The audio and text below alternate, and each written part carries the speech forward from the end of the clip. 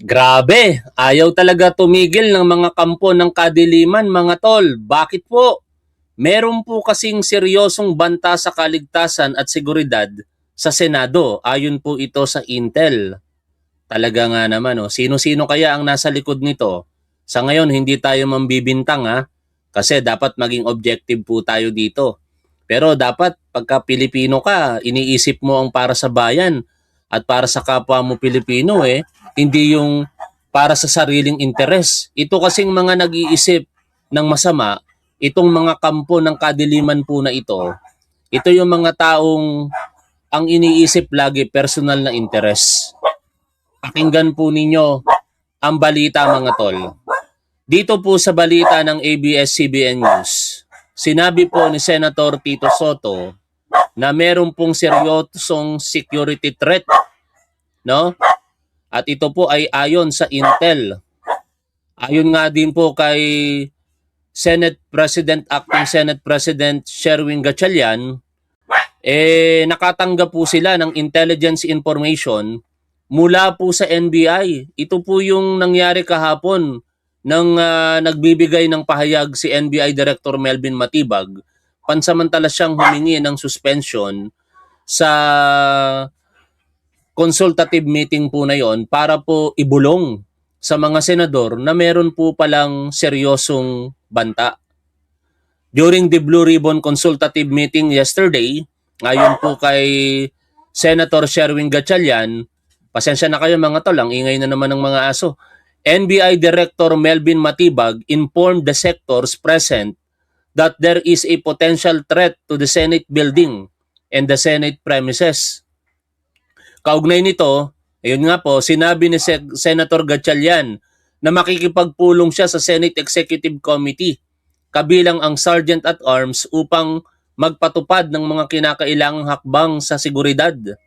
The security and safety of all senators, and all Senate employees is paramount. We will make sure that our work environment is safe and secure.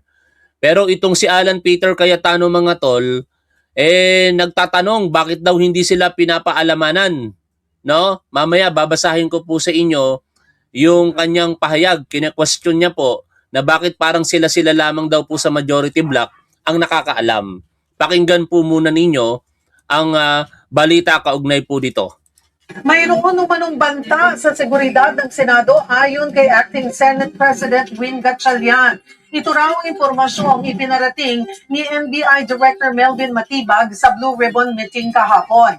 Sakop daw ng posibleng banta ang Senate building at iba pang lugar sa Senado. Para naman kay dating Senate President Tito Soto, pwedeng i-lockdown ang Senado sakaling may totoong banta rito. Grabe, no? Sino kaya mga nasa likod nitong mga banta na seryoso na ito sa kaligtasan at seguridad diyan sa Senado? Napakasama talaga ng mga ito, no? Kampon talaga ng kadiliman, kung sino man yan. Makikipagpulong na si Gatchalian sa Senate Executive Committee para sa gagawing pagbabago sa security ng Senado. Ayon naman kay Senator Ping Lacson, umabot na rin ang frustration ng armed services sa ngayon, meron pang ganitong impormasyon na hindi pa naman beripikado, ano? Nagkakaroon na din daw po ng frustration sa loob po ng hanay ng Armed Forces of the Philippines. Sa tingin ko, hindi talaga mawawala yan kasi marami din po dyan sa mga uniformadong hanay ng ating gobyerno ang hindi naman nakatutok sa politika. Kung ano lang po yung nadidinig nila sa kanilang mga kaibigan, sa mga kakilala, baka nagsisink in sa kanila yon. Ang mahirap kapag ka fake news, no? Pero ako'y naniniwala na kayang-kaya po yung i-handle ng ating Chief of Staff na si General Romeo Browner Jr., syempre under the supervision ng ating magaling na Secretary of National Defense na si Secretary Gibo Chodoro. Battalion at regional levels. Nakamonitor daw ang mga ito sa krisis sa national level. Lumabas ang banta sa seguridad sa gitna ng agawan sa liderato ng Senado. Git ni Senator Alan Peter Cayetano, dalawa raw ngayon ang Senado. Kaya mungkahi niya, silang dalawa na lang ng nahalal na Senate President pro tempore na si Senator Win Gatchalian ang pipirma sa mga dokumento para hindi maipit at malito ang mga empleyado. Feeling nasa kapangyarihan ka pa rin, ano? Pero alam niyo mga tol, claim na lamang yan ni Alan Peter Cayetano. De facto leader na itong si Senate President or Acting Senate President Win Gatchalian. Tingin ko, it is only a matter of time. Mabubuo na nga rin yung 13. And finally, wala nang magagawa itong si Alan Peter Cayetano. Sa ngayon kasi, nasa denial stage pa ito eh. Ito kasi yung taong ayon nga kay Secretary or Undersecretary Claire Castro, ito yung tao na pabida at gusto lagi siyang tama. Kaya kung gano'n ang tao, hindi niya matanggap ngayon na hindi na siya bida at hindi siya tama. Senado. Dalawa Senado natin ngayon.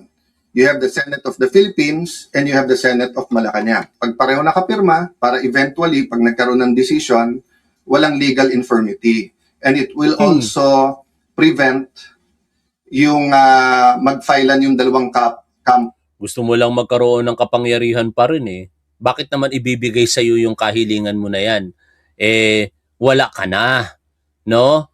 Sa paniniwala mo na lang, Alan Peter Cayetano, ikaw ay Senate President. Tinanggal ka na eh. Bakante na yung posisyon bilang Senate President. Kaya nga may acting Senate President na ngayon eh. Kung kine-question mo na illegal yung capacity ngayon nitong si Sherwin Gatchalian, di sana iakyat mo na yan sa Korte Suprema, hindi yung pa-press conference ka kahapon, tapos sa mga nakaraang araw, live selling ka ng live selling. Hindi makakatulong sa iyo yun. Ang gawin mo, kung gusto mo talagang panindigan yan, iakyat mo sa Korte Suprema. Ang problema, kahit manalo ka sa Korte Suprema for the sake of discussion, wala ka na ring sapat na bilang. Kasi ilan na lang naman kayo sa minority ngayon. Hindi nga kayo makakabuo ng quorum kung hindi kayo pakikisamahan ng majority eh.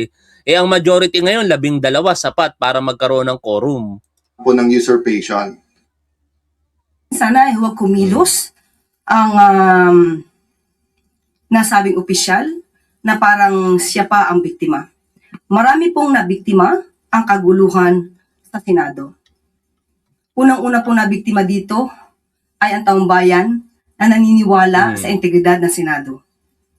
Ang kaguluhan pong ito ay naganap sa pamumuno Tama. ni dating Senate President Alan Cayetano. Diyan lahat nagsimula eh. 'Di ba? Noong May 11, simula nung naupo bilang Senate President itong si Alan Peter Cayetano, wala na silang nagawa.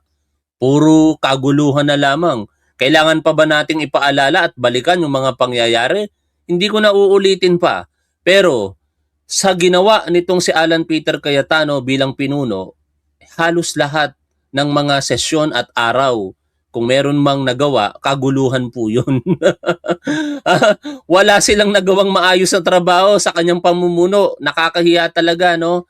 Biruin mo, nagkaroon tayo ng Senate President. Sabagay, produkto naman yun ng isang pangaagaw din sa kapangyarihan eh. Dahil merong isang tao na nagtago ng 6 na buwan, tapos biglang nagpakita para lamang mapalitan ang liderato sa Senado at saka produkto ng 4 na hudas. Di ba? Si Mark Villar, Camille Villar, Loren Legarda, at saka si Pia Cayetano. Kapatid kasi, kaya kakampi talaga. Si Loren Legarda ang pinaka-unexpected doon. Kasi lagi pang nakakausap, kaibigan ng dating Senate President na si Tito Soto. Sabi nga ni Senator Ping Lacson, kapag ka sila'y nagmi-meeting, sila ni na Tito Soto, Ping Lacson at Mig Subiri, sa bahay pa ni Loren Legarda sa Batangas, madalas silang nagkikita-kita. Tapos bigla na lamang ganon, babaligtad, pala umaasa kasi na siya yung magiging Senate President di umano, pero kinalaunan, ang ninominate, I will correct myself, ang nag-nominate kasi, nabanggit ko nakaraan, ay si Joel Villanueva, pero si Amy Marcos ang nag-nominate kay Alan Peter Cayetano. Nagulat siya, hindi pala siya, na 11 siya. Tuloy po tayo sa pakikinig po dito. So, ang sinasabi ay mag-ingat sa Malacanang. Mas mag-ingat po ang taong bayan sa Tama. mga taong nagkukunwari at nagpapanggap na banal. At direktahin na natin, ingat si Senator Sherwin Gatchalian kay Alan Peter Cayetano. No? Kasi bagamat hindi pinapangalanan ni Undersecretary Claire Castro yan, alam naman natin kung sino po yung tinutukoy niya na tao na mahilig magbasa ng Biblia o magbanggit ng mga salita ng Diyos, pero iba naman po yung sinasabi, kinalaunan at ginagawa.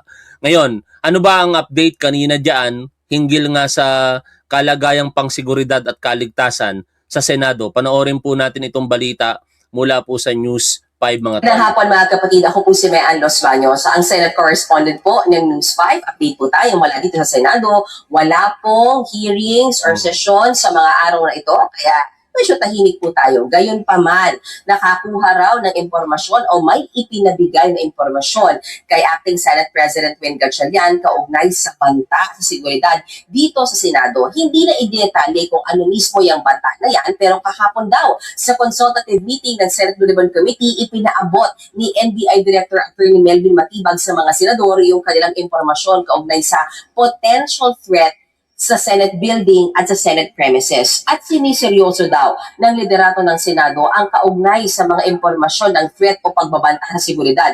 Kaya naman nakipagtulong na si Senator Gatchalian sa Senate Executive Committee, gayon din sa Office of Senate Sergeant at Arms. Mahalaga daw na masecure nila yung safety hindi lamang ng 24 na mga senador, kundi yung aabot sa 2,000 mga empleyado ng Senado. Sa mga oras na ito, lumabas din tayo sa mismong entrance at gate noong Senado at nakita naman natin na mahigpit pa rin talaga yung seguridad, which is like yung mga nakaraang linggo or nakaraang araw na sarado na talaga yung main gate palagi, ang pinapapasok na lamang dyan mga senador, empleyado, at accredited media na nagko-cover ng Senado. Nakadeploy din dyan ang mga pulis na nagbabantay. Pero nothing out of extraordinary pa naman or walang pagdadagdag ng forces so far sa nakita natin.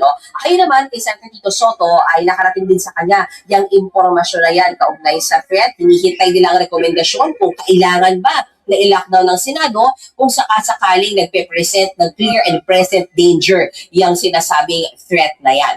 So mga kapatid, magbabalik ako sa anumang update dito sa Senado. Ako po si Mayan Los Baños. Ito po yung pinaka-update ngayon sa Philippine Star. Nag-share po sila ng kaganapan dyan po sa Senado ngayong oras po na ito. Senate employees leave the Senate building in Pasay City at the end of the workday on Tuesday. Ngayon po, Senate President Pro Tempore Sherwin Gatchalian placed Senate Secretariat and Senate proper employees under a work-from-home setup. Mula po bukas hanggang June 11, work from home na po sila. Kaya tingnan natin ano ba yung susundin dito ng mga empleyado ng Senado. Pero malamang si Senator Sherwin Gatchalian ang acting Senate President. Kasi may kautusan din itong si Alan Peter Cayetano, although yun naman ay para sa June 12. Mamaya babasahin ko po sa inyo. At ito nga po, ipakita ko lamang sa inyo, papalabas na yung mga empleyado diyan po sa Senate of the Philippines. Mag-ingat po kayo, Maraming mga kampo ng kadiliman ngayon ang gumagalaw at nagbabanta sa inyong kaligtasan at seguridad diyan po sa Senado. Pero may paalala po ang Malacanang mga tol. Pakinggan po natin si Yusek Claire Castro sa kanilang paalala. Sa mga nagtatangka, dahil nga may nauulinigan po na ganitong mga security threats, kayo man ay senador o ordinaryong tao na nagsasagawa nito, hindi po kayo makakaligtas sa kamay ng batas. Yan, malinaw yan Babalayan. Kahit kayo'y ordinaryo o mga senador, huwag kayong gagawa ng paglabag sa batas sapagkat hindi kayo makakaligtas sa kamay ng batas. Ngayon, dahil nga po ang pinag-uusapan ay usaping seguridad diyan po sa Senado at piling nitong si Alan Peter Cayetano ay hindi siya ini-inform, naghihimutok na naman ngayon sa harapan ng publiko. At yan nga po yung kanyang naging statement. Ipa-translate po natin in Tagalog. Babasahin ko po sa inyo. Yan. Ayon po dito, Statement of Senate President. Yun pa, ang nakalagay sa heading. Alan Peter Cayetano on the alleged threats to the security of the Senate. Pero sa balita ng DZRH News, nakalagay na lang po dyan, naglabas ng pahayag si Senator Alan Peter Cayetano kaugnay sa umano'y banta sa seguridad sa Senado. Ang media, hindi ka na rin kinikilala bilang Senate President. Ikaw na lang talaga ang tumatawag sa sarili mo na Senate President. Basahin ko ha. Napansin namin ang mga ulat na may ilang miyembro ng Senado na nakatanggap ng impormasyon mula sa NBI hinggil sa isang umano'y banta laban sa institusyon. Kung kapanipaniwala ang bantang ito, nararapat lamang na mabigyang kaalaman at maprotektahan ng bawat senador. Ang linaw naman ang sinabi ni Acting Senate President Sherwin Gatchalian, di ba? Para sa kaligtasan ng lahat ng senador at lahat ng empleyado. Ituloy po natin. Bawat miyembro ng sekretariat at bawat taong nagtatrabaho sa loob ng mga pader na ito. Ang seguridad ay hindi usapin ng isang grupo lamang. Ito ay usapin ng buong Senado. Pinalalabas dito nitong si Alan Peter Cayetano na sinisikreto sa kanila yung impormasyon. Pero ang tanong kasi, paano kaya yung suspecha? Katulad ni Atty. Jesus Palsis, may post siya.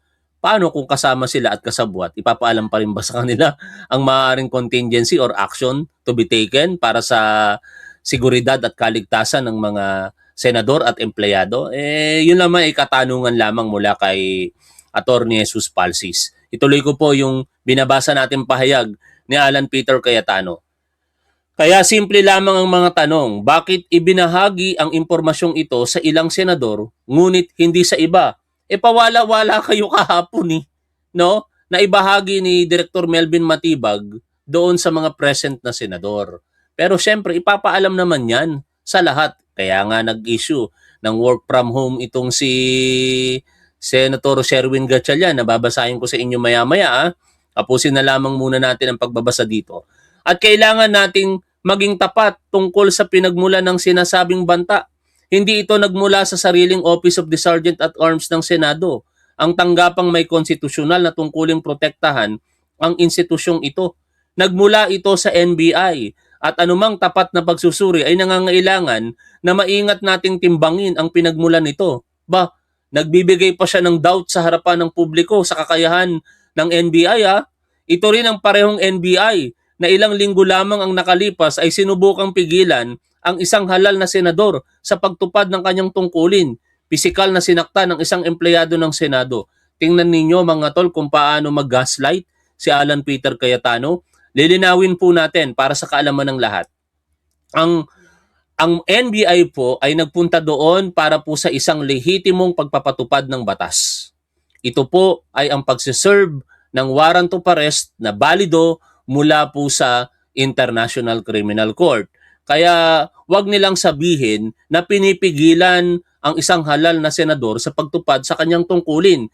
Dapat kabaligtaran nga yung isang halal na senador hindi sumunod sa batas. Kasi ang tamang pagsunod sa batas ay dapat isuko mo sarili mo. Pero ano ginawa niya? Nagtatakbo sa hagdanan kaya nagkanda rapa-rapa. Tuloy ko pa. Ang sinasabi dito nitong si Alan Peter Cayetano. At walang ingat na nagpasiklab ng armadong komprontasyon laban sa ating sariling seguridad sa loob mismo ng mga lugar na ito. Kasinungalingan po yung sinasabi ni Alan Peter Cayetano.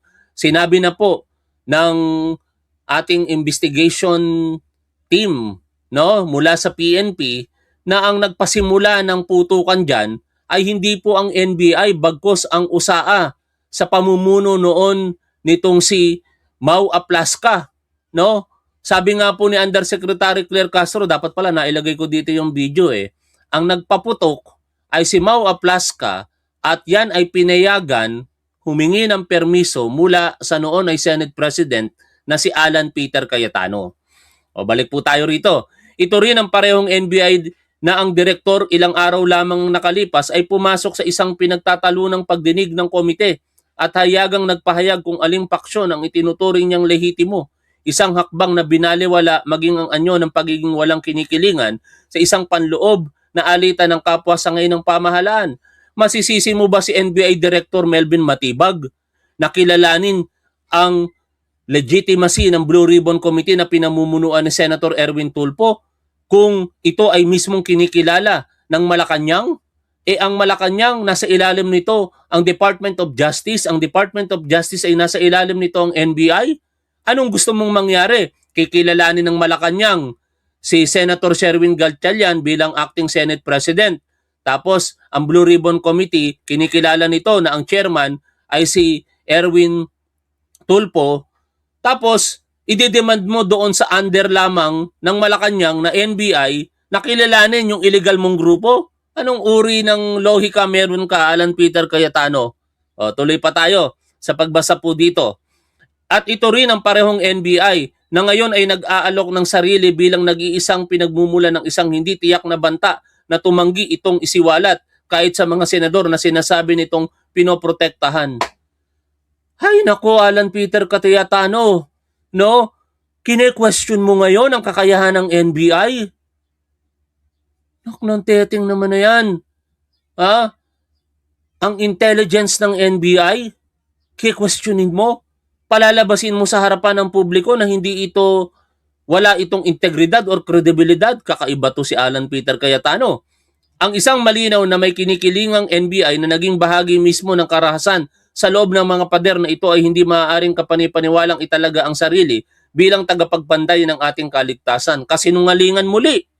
No? Uulitin po natin at sa napakaraming pagkakataon, ang sinasabi ni Alan Peter Cayetano po dito ay hindi totoo. Ang nagpasimula ng gulo si Mau Aplaska at ang OSA.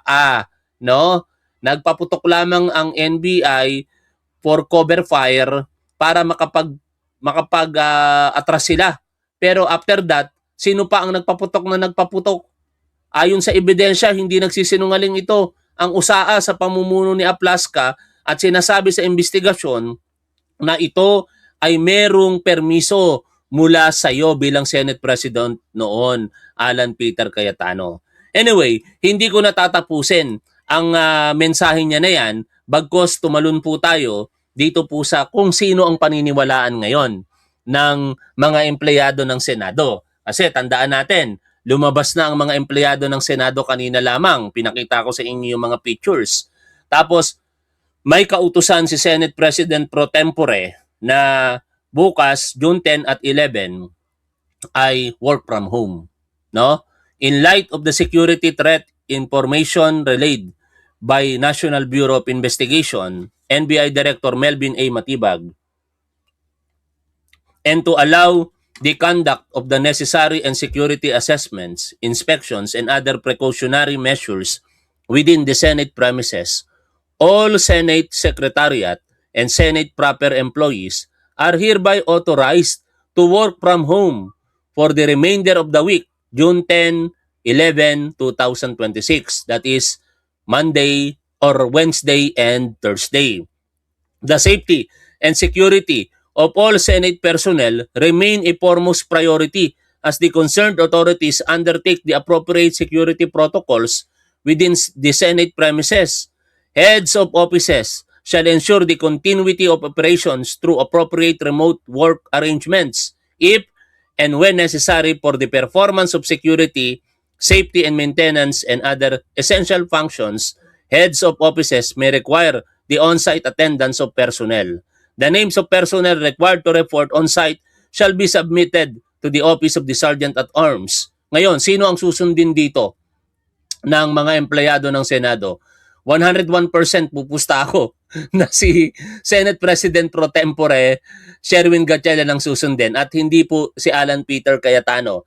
At sa pares din po na araw na ito, may utos naman din itong si Alan Peter Cayetano at gamit niya pa ang seal ng Office of the Senate President. No? To all Senate employees, tingnan natin kung susundin ito ng empleyado ng mga ng Senado. In view of the upcoming Independence Day on Friday, June 12, 2026, please be reminded that in accordance with Section 8 of the 2024 Collective Negotiation Agreement between the Senate and the sandigan ng mga empleyadong nagkakaisa sa adhikain ng demokratikong organisasyon, the Senate shall automatically implement the 8 to 5 p.m. working hours should a holiday fall on Friday. Friday nga sa June 12, di ba? O, tingnan natin kung susundin siya, kung papasok itong mga empleyado. All employees are expected to observe the prescribed working hours and ensure punctual attendance and compliance with office regulations. Pero, magkaiba kasi yung order eh. Ang work from home ay June 11, June 10 at June 11. Kaya, malalaman pa natin by June 11 kung maglalabas ng panibagong order si Sherwin Gatchalian. Kasi pagka hindi naglabas ng panibagong order si Sherwin Gatchalian, baka pumasok ang mga Senado at i-claim naman nitong si Alan Peter Cayetano na siya ang sinunod. Kaya aabangan natin yan sa Thursday, ano? Pero definitely, pag hindi pumasok bukas at nag-work from home ang mga empleyado dyan sa Senado, malinaw na ang sinusunod ay nakabase na po dito sa organizational chart ng Senate website. Wala na ang titulong Senate President sa iyo, Alan Peter Cayetano, sa mismong website ng inyong institusyon. Sabi po dito sa balita ng GMA News kahapon, makikita sa official website ng Senado na nakatala bilang Senate President pro tempore si Senator Sherwin Gatchalian, habang si Senator Alan Peter Cayetano ay nakatala naman bilang senador. Kinilala ng Malacanang at ng Kamara ang pagkahalal kay Gatchalian bilang Senate President pro tempore at pagkatalaga bilang acting Senate President kasunod ng sesyon sa Senado nitong June 3. Ngunit siyempre, ginigiit na Cayetano na siya pa rin ang Senate President. Pero malabo na yan mga tol. Ito na obvious na no? Obvious na. At siyempre, dahil nga po ayaw niyang mag-give up, nagpa-press conference kahapon at bahagi ng press conference na yan, ang sinasabi niyang, I'm not giving up. Iginiit ni Senator Alan Peter Cayetano na hindi niya basta-basta bibitawan ang signing powers sa Senado habang hindi pa nare-resolba ang sigalot sa Senate presidency. Pero yan ay binaliwala na lamang ni Senator Win Gatchalian at hindi po siya sumang-ayon sa gustong mangyari nitong si Alan Peter Cayetano na kanyang mungkahi na pares daw silang pipirma kahit wala daw designation, no? Pagka pinayagan niya ni Senator Sherwin Gatchalian, para niya na rin sinabi na still Senate President pa rin itong si Alan Peter Cayetano, kaya hindi dapat payagan yon. For the sake of fairness pa rin, sige, pakinggan natin itong si Alan Peter Cayetano sa kanyang delusyon. Yung arrangement na inaalok niyo po kay Senator Win, na dalawa kayong pipirma, ano po ang response ni Senator Win? Sulat around 12 o'clock na sinasabi kay Senate Secretary Jose Luis Montales that you are no longer Secretary and that Attorney Bantu and then that basically sinasabi na sila na. Yun din ang sinabi sa usapan, hindi first-hand knowledge sa chain of command. But wala ka sila sa chain of command. Kahit anong tingin mo sa rules, hindi nangyari yun. So yung pagwawala nila, pag-walk out nila kasi hindi pwedeng amendahan daw yung rules na get binaboy nila yung rules on June 3. So that it's going to be a lingering question.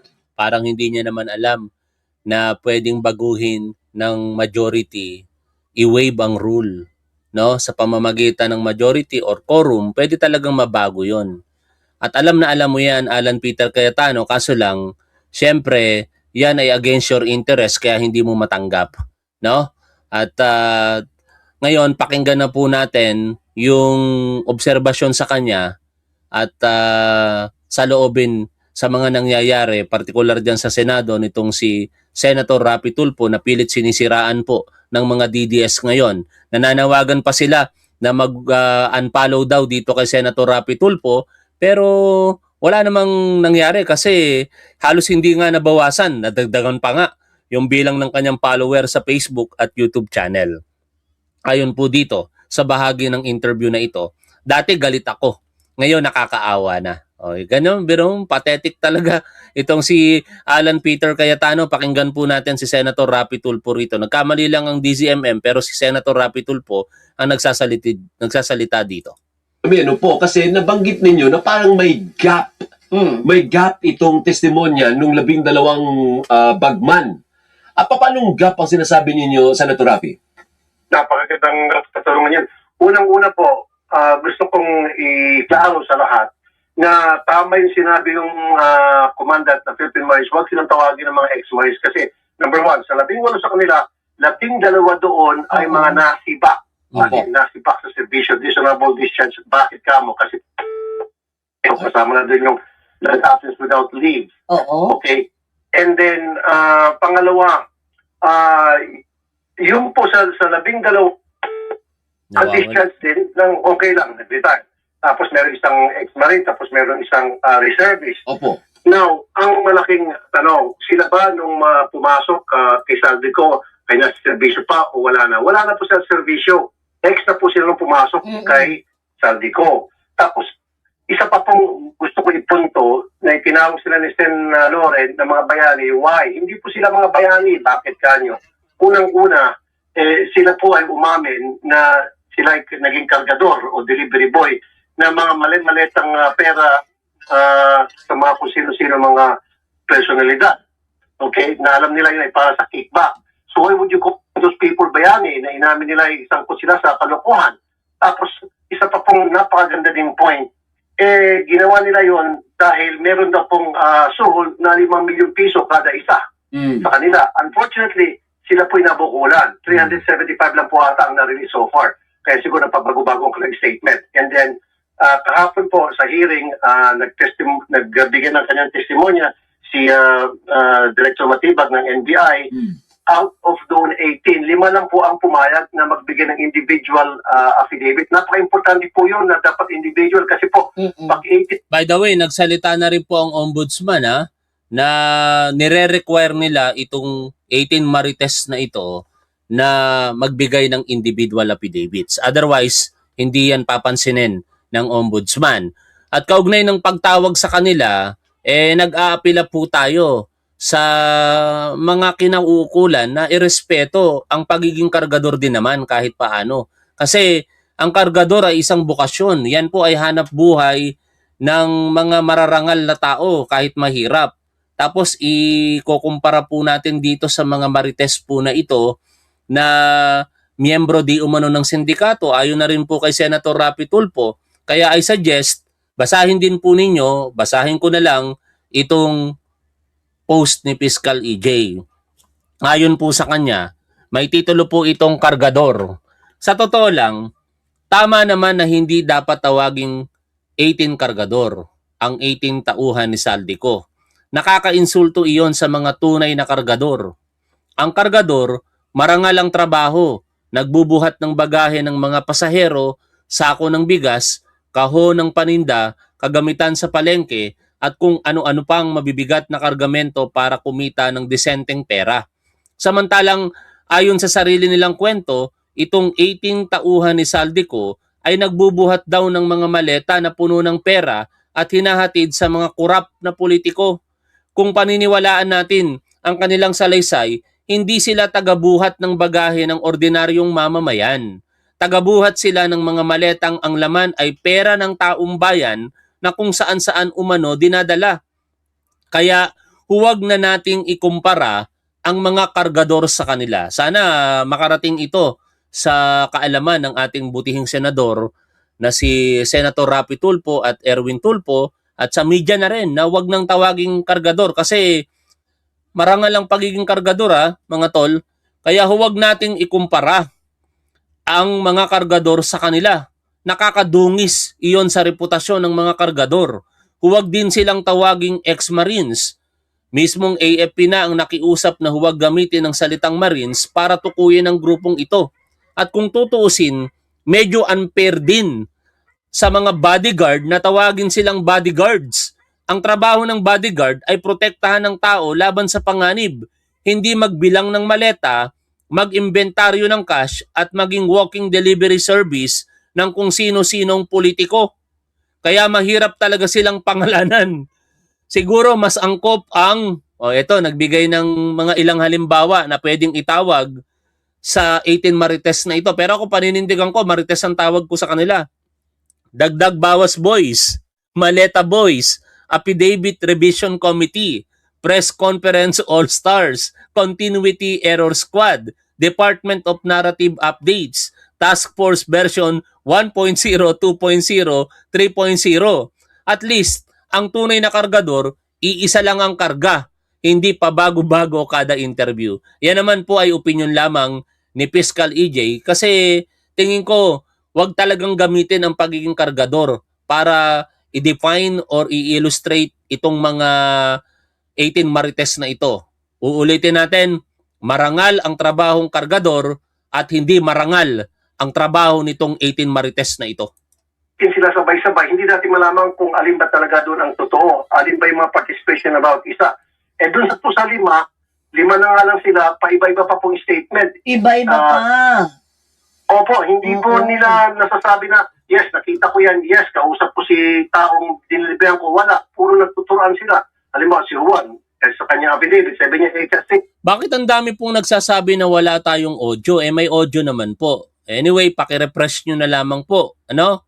isa sinabi ni Pedro, tapos sabihin ni Pedro, kasi sabi ni Mario, wala talagang definite na nakapagsabi na nandoon siya, nakita niya personal and so forth and so on. Wala pong ganun. Kaya ang sinabi po ni Director Matibag, Comment 1 mga tol kung may audio po tayo. Comment 2 kung wala pong audio.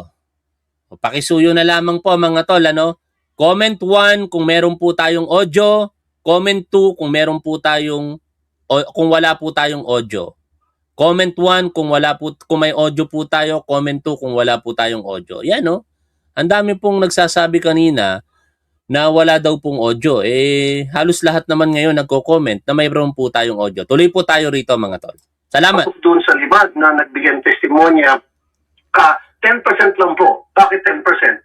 Kasi nga po, paiba-iba at isa pa po, ang